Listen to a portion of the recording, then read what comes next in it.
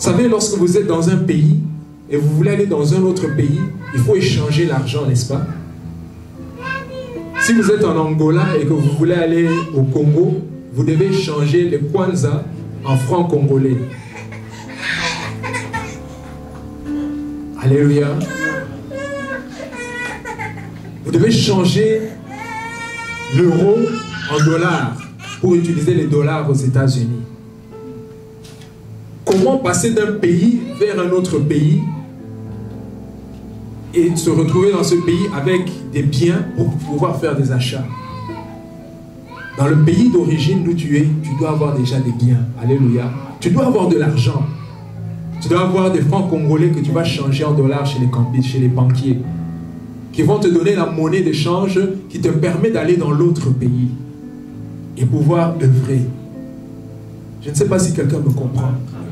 Au ciel, il n'y aura pas de dollars, il n'y aura pas de francs congolais. Mais la Bible nous dit, faites-vous des amis avec des biens injustes, c'est-à-dire des biens de cette terre, de ce monde, afin que lorsqu'elles viendront à vous manquer, ils puissent vous recevoir dans les parvis éternels. Donc le Seigneur veut que pendant que tu es sur cette terre, que tu puisses poser certains actes. Non pas pour ton salut, parce que tu es sauvé par grâce, mais ces biens te retrouveront dans les parvis éternels. Alléluia. Alléluia. Le bien que tu fais ici, tu le retrouveras dans l'éternité. Amen. Les opportunités que le Seigneur met sur ton chemin aujourd'hui, lorsque tu les gaspilles, au ciel, quand il dit, il séchera nos larmes, tu diras, mais j'aurais pu faire cela, j'aurais pu faire ceci, et j'ai manqué cette opportunité. Je n'ai pas pu transférer mes avoirs de la terre dans l'au-delà. Un serviteur inutile, il est serviteur de Dieu. La deuxième caractéristique de ce serviteur inutile, c'est qu'il connaît le maître. Il dit, je savais que tu es un homme dur, qui moissonne là où tu n'as pas sémé. Jésus, je te connais, je sais comment tu es, je sais quelles sont tes exigences. Je sais que c'est par grâce, mais une fois sauvé, il y a une discipline à laquelle je dois me soumettre. Je ne dois plus commettre l'adultère, je ne dois plus mentir, je ne dois plus commettre l'impudicité, je ne dois plus tricher dans mes impôts, dans mes déclarations de revenus. Je connais tes exigences, je savais que tu es dur. Vous connaissez les exigences du maître. Les serviteurs, il connaît le maître. Il sait comment le maître agit, il connaît les exigences du maître. Combien de chrétiens aujourd'hui, connaissant Jésus-Christ, mais vivent une vie tout à fait contraire à la vie du maître? Tu connais Jésus-Christ. La Bible dit, on t'a fait connaître aux hommes ce qui est bien, ce qui est juste, ce qui est vrai, ce qui est droit. Combien d'opportunités de servir le Seigneur, combien d'opportunités de faire la volonté du Seigneur, de pouvoir multiplier ce que Dieu t'a donné. Mais combien ont enterré sous terre les talents que Dieu t'a donnés. Bien-aimé, cherche à servir Dieu. Sers Dieu de tout ton cœur, de façon désintéressée. Dieu mettra sur ton chemin des opportunités, il mettra sur ton chemin des occasions.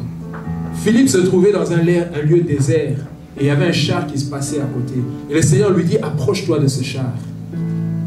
Et en s'approchant de ce char, il partage l'évangile. Il trouve cet homme en train de lire Ésaïe et ne comprenait pas la parole. Et il trouve que, ah, je peux expliquer à ce monsieur. Ça, c'est une opportunité. Et l'eunuque de la reine Candace d'Éthiopie reçoit Jésus-Christ comme Seigneur à ce moment-là. Il s'est converti et Philippe disparaît à l'instant. Et aujourd'hui, nous avons l'église copte éthiopienne. Et nous pensons que c'est cet homme qui avait été gagné par Philippe qui a emmené l'évangile dans ce pays d'Éthiopie. Combien d'occasions manquées? Une personne avec qui tu as partagé le bus, le métro, à qui tu aurais pu parler de Jésus-Christ. Tu sentais en toi quelque chose qui te poussait de lui parler du Seigneur, mais tu as gardé ta bouche fermée. Combien d'opportunités manquées? La troisième caractéristique de ce serviteur inutile, il a eu peur. Et voilà ce qui est en train de lier la plupart d'entre nous. La peur. Paul dit, je n'ai pas honte de l'évangile. C'est la puissance de Dieu pour le salut de quiconque croit. que tu as honte de parler de Jésus-Christ? Est-ce que tu as honte d'afficher ton identité de chrétien, de chrétienne? Est-ce que tu es un agent secret? Jésus n'a pas besoin d'agent secret. Il a dit, allez dire au monde que je suis vivant. Jésus revient bientôt. Il revient pour juger son Église. Et il revient pour les récompenses. Il a donné à chacun de nous quelque chose. Il t'a donné des capacités, il t'a donné des talents. Il t'a donné des opportunités. Il a mis sur ton chemin des bonnes œuvres que Dieu a préparées d'avance afin que tu les pratiques. Mais la peur. Lisons ensemble dans 1 Jean chapitre 4 verset 18. Parlant de la peur.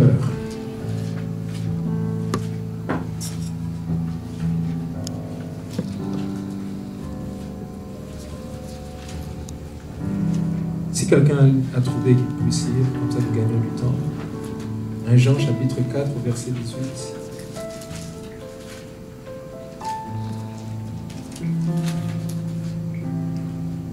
La crainte n'est pas dans l'amour, mais l'amour parfait bannit la crainte, car la crainte suppose un châtiment. Et celui qui craint n'est pas parfait dans l'amour. La clé pour comprendre pourquoi ce serviteur est allé enterrer ce talent, c'est parce qu'il n'avait pas en lui l'amour. Serviteur de Dieu, c'est à toi que je suis en train de parler maintenant. La Bible dit que l'amour parfait, celui qui craint n'est pas parfait dans l'amour. L'amour parfait bannit la crainte. La crainte démontre que tu n'aimes pas. Vous savez, lorsque tu aimes quelque chose, quand tu aimes quelqu'un, tu passeras ton temps de parler de lui à tout moment. À tout moment, tu ne parleras que de ce que tu aimes. Tu as vu un bon film, tu as mangé un bon repas, tu vas en parler. Même ceux qui n'avaient même pas besoin d'entendre parler de ça vont entendre parler de ça. Pourquoi? Parce que tu as aimé. Dans Jean chapitre 21 au verset 15, lorsque Jésus ressuscité d'entre les morts, Jean chapitre 21 verset 15, la Bible dit, après qu'ils eurent mangé, Jésus dit à Simon-Pierre, Simon, fils de Jonas, m'aimes-tu plus que ceci? Il lui répondit, oui Seigneur, tu sais que je t'aime. Jésus lui dit, paie mes brebis. Lorsque tu aimes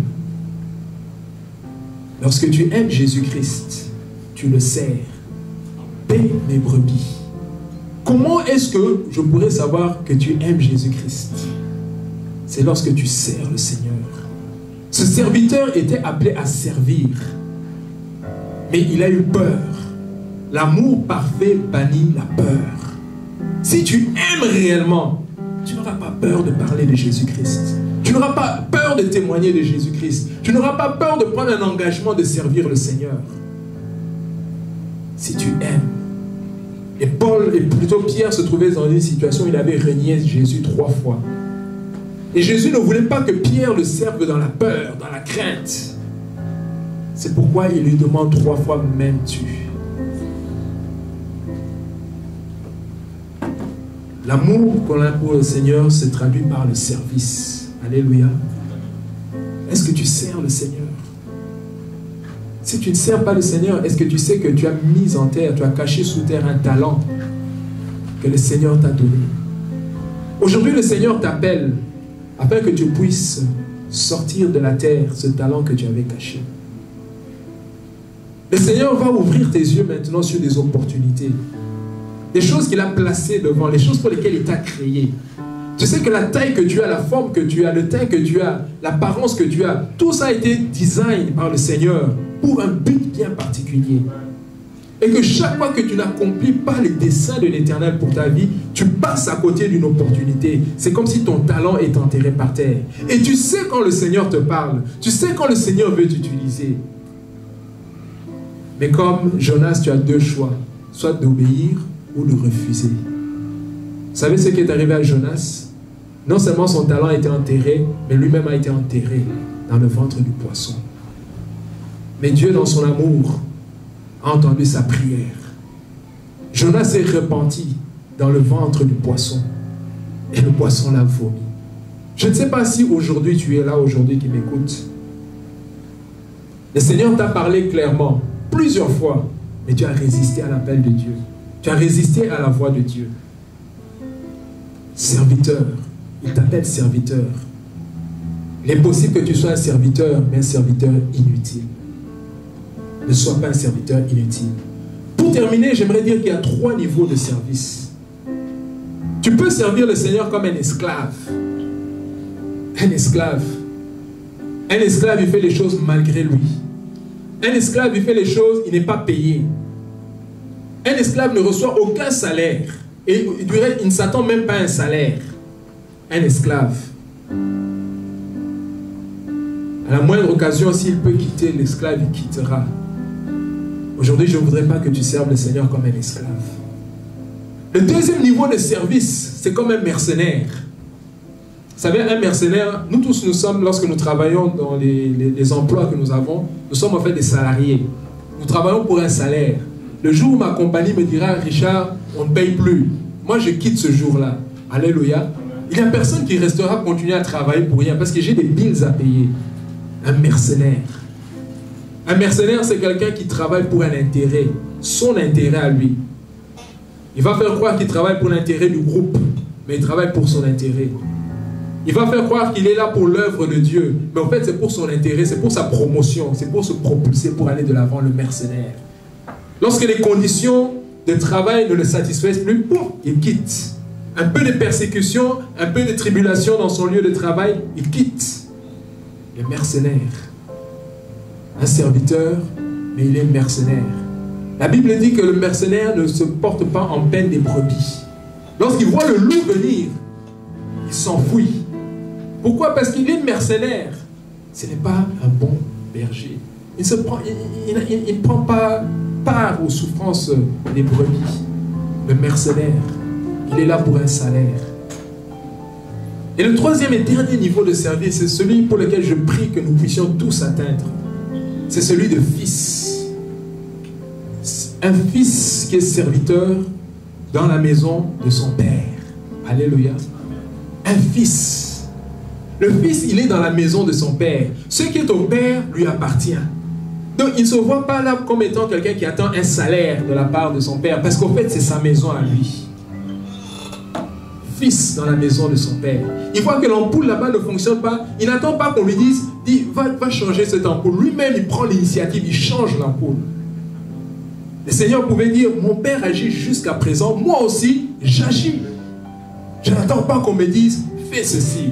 Je vois que cette église a besoin de telle ou telle chose. Je prends l'initiative. Je prends les devants. Je n'attends pas qu'on vienne me dire, frère, est-ce que tu peux servir le Seigneur? Tu sais jouer au clavier, au piano, mais tu restes à la maison. Tu as une belle voix, tu peux chanter à la chorale. Tu te dis que non, je n'ai pas le temps pour cela, je suis busy. Un fils dans la maison de son père, il prend la liberté. Parce qu'il sait ce qui est au père lui appartient aussi. Il prend les initiatives dans la maison de son père. Mon père agit jusqu'à présent, moi aussi j'agis. Pourquoi? Parce qu'il se voit égal au père. L'autorité que le père a, il dit moi aussi j'ai cette autorité. Donc si je peux changer quelque chose dans la maison, je le change avec la même autorité que le père a pour faire. Ça c'est le degré de service que nous devons atteindre, bien aimés dans le Seigneur. Servir comme un fils. Aujourd'hui je voudrais te poser une question. Qui es-tu? Quel genre de serviteur, quel genre de servante es-tu? Es-tu un esclave? Pour aller à l'église, c'est comme si on te traîne les pieds, c'est comme si on t'a attaché des chaînes. C'est par force que tu vas à l'église. C'est par force que tu chantes dans la chorale. Et tu es un mercenaire. Tu t'attendais à quelque chose. Quand tu as vu que la chose ne venait pas, pouf, tu t'es en allé. Mercenaire dans l'œuvre de Dieu. Et le dernier niveau, c'est être un fils. Un fils qui voit le besoin du père. Il voit le besoin des brebis. Un fils, il voit les troupeaux qui est en train de se disperser. Il va chercher la brebis. Il abandonne les 99. Il va chercher parce qu'il est dans la maison de son père. Je me rappelle plusieurs années en arrière, j'étais parti à Guémena. Pour ceux qui connaissent, à Bombakabou, c'est un village à 25 km de Guémena. J'étais allé faire la campagne de café. J'achetais le café. Et pendant que j'achetais le café, je mettais ça dans des sacs. Et je devais attendre un camion pour amener ça à Guémena. Et voilà que pendant que j'étais en train de faire, c'était les cerises, hein, on appelle ça des cerises de café, quand c'est encore rouge là, dans le fruit, avant de sécher cela. Alors ça tombait par terre, il y avait des cerises hein, qui tombaient, des cerises de café qui tombaient par terre. Et moi je prenais le temps de ramasser et de mettre dans les sacs. Alors il y avait un vieux papa là qui me regardait, il me dit, mon fils, ce que tu fais ici c'est pour ton père. Hein? Moi j'ai dit, pourquoi tu me demandes ça? Il dit, non, la manière dont tu prends soin comme ça, j'ai jamais vu quelqu'un prendre soin de cela. Il y a une différence de service. On s'est remarqué qu'il travaille comme un mercenaire, comme un esclave et comme un fils. Quel est le degré de service que tu as? Nous allons baisser nos têtes et nous allons prier. Le Seigneur dit, je connais tes œuvres. Je connais tes œuvres. Bien-aimé, Jésus-Christ reviendra. Il reviendra. Il connaît tes œuvres. I was talking about Jesus Christ who is coming back. Bien-aimé, là où tu es, tu peux observer ta vie. Jesus Christ is coming back with a judgment and a reward. And I talk about the parable of the talents. There were 3 servants. One had received 5, the other one 2, and the last one 1 talent. The first 2 have multiplied those talents. And the last one said that he was scared. He was afraid of the master. He said that the master is very harsh with people. He harvests where he hasn't sown. And that's why he hid it underground. And when the master came, he asked, why didn't you give that to the banker so that I could take things with an interest? And I was talking about how Jesus Christ is coming to ask you and me, what have you done with the opportunity that I've put right in front of you? Jesus Christ is coming soon. He's coming with a reward. And we all love gifts. But let's be sure and ensure ourselves that we have invested in this life so that we will find those wealth in the here and after. Nous allons prier. Le Seigneur dit, je connais tes œuvres. Mais ce que j'ai contre toi, c'est que tu as perdu ton premier amour. Tu as perdu ton premier amour. Tu as perdu l'amour que tu avais comme moi. Tu ne m'aimes plus comme avant. Tu t'es très facilement détourné de moi. Rappelle-toi donc comment tu as reçu et entendu. Et garde et repens-toi. Si tu ne veilles pas, le Seigneur viendra et reprendra ce qui est à toi. Comme ce serviteur inutile. Le talent qu'il avait a été repris. Bien-aimés, nous sommes en train de prier. Je connais tes œuvres, dit le Seigneur. Dieu te connaît. Jésus revient bientôt. Il vient bientôt, il vient pour te chercher. Tu ne sais pas à quelle heure ça sera. Tu ne sais pas quand cela sera. Mais c'est pourquoi sois prêt, bien-aimé, dans le Seigneur. Une manière de se préparer, c'est de servir le Seigneur. Une manière de se préparer, c'est d'œuvrer dans l'œuvre de Dieu. Une manière de se préparer, c'est de donner ta vie tout d'abord à Jésus-Christ si tu ne le connais pas. Et une fois que tu le connais, c'est de travailler pour le Seigneur. Seigneur Jésus, je te bénis. Je te bénis, Seigneur mon Dieu, pour ces moments. Éternel, tu me parles et tu me parles encore, Éternel Yahweh. Tu m'appelles, Seigneur, à te servir et non pas comme un mercenaire. Non pas comme un esclave, mais comme un fils dans la maison de son Père, Éternel Yahweh. Éternel Yahweh, donne-moi de pouvoir être prêt à te rendre des comptes, Seigneur. Seigneur, j'attends ce jour où tu pourras dire, viens, bon et fidèle serviteur. Parce que tu as été fidèle dans les moindres choses, je te donnerai ce qui est à toi. Éternel Yahweh, nous nous attendons à toi. Alors que, Seigneur Jésus-Christ, tu nous parles, Seigneur mon Dieu, dimanche après dimanche, éternel Yahweh. Père, donne-nous de ne pas être des auditeurs oublieux, mais donne-nous, Seigneur, de mettre en pratique ta parole. Seigneur, alors que cette semaine commence, Seigneur Jésus-Christ, je ne sais pas, Seigneur mon Dieu, quelles sont les opportunités que tu mettras sur mon chemin. Seigneur, donne-moi de t'aimer, Seigneur mon Dieu. T'aimer signifie servir les brebis sur lesquelles tu m'as établi, Seigneur. Car c'est toi qui m'as choisi, c'est toi qui m'as établi, afin que je porte du fruit, Seigneur mon Dieu, et du fruit qui demeure, Seigneur Jésus-Christ. Éternel, merci. Merci parce que tu me parles, Seigneur. Merci. Saint-Esprit, viens m'aider. Oh, c'est très pratique la parole de Dieu. Je ne voulais pas être surpris ce jour-là. Oh, je ne voulais pas, Seigneur, mon Dieu, être surpris. Mais Dieu, aide-moi. Il a dit qu'il viendra comme un voleur dans la nuit. Il a dit qu'il viendra comme un voleur dans la nuit. Es-tu prêt? Es-tu prêt pour le retour de Jésus-Christ? Non, je suis jeune, je n'ai pas le temps. Non, je dois tout d'abord avoir mon diplôme, je dois avoir ma maîtrise, je dois faire mon PhD, je dois me marier, je dois avoir des enfants. Non, Seigneur, je ne suis pas prêt, éternel Yahweh. Seigneur, j'ai d'autres priorités, j'ai d'autres choses à faire. Le Seigneur t'appelle serviteur. Il t'appelle serviteur, mais tu peux être un serviteur inutile.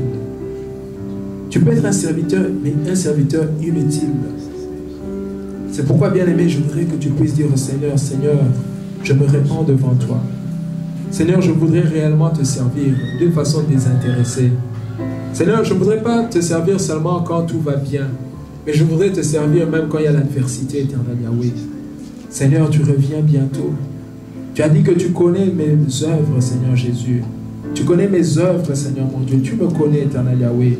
Je ne suis pas étranger devant toi, Seigneur Jésus-Christ. Mais donne-moi, Seigneur, de pouvoir valoriser ce que tu m'as donné. De pouvoir mettre en pratique, Seigneur mon Dieu, les bonnes œuvres que tu as préparées d'avance, Seigneur Jésus-Christ. Merci, éternel Yahweh. Merci, Seigneur Jésus-Christ. Je connais tes œuvres, ton travail et ta persévérance. Je sais que tu ne peux supporter les méchants, que tu as éprouvé tous ceux qui se disent apôtres et qui ne le sont pas, et que tu les as trouvés menteurs, et que tu as de la persévérance, que tu as souffert à cause de mon nom, et que tu ne t'es point lassé. Mais ce que j'ai contre toi, c'est que tu as abandonné ton premier amour. Souviens-toi donc d'où tu es tombé.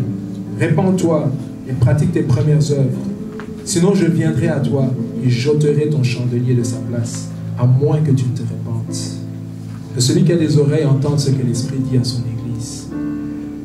Gloire à Dieu et que Dieu bénisse sa parole. Au nom de Jésus-Christ. Amen.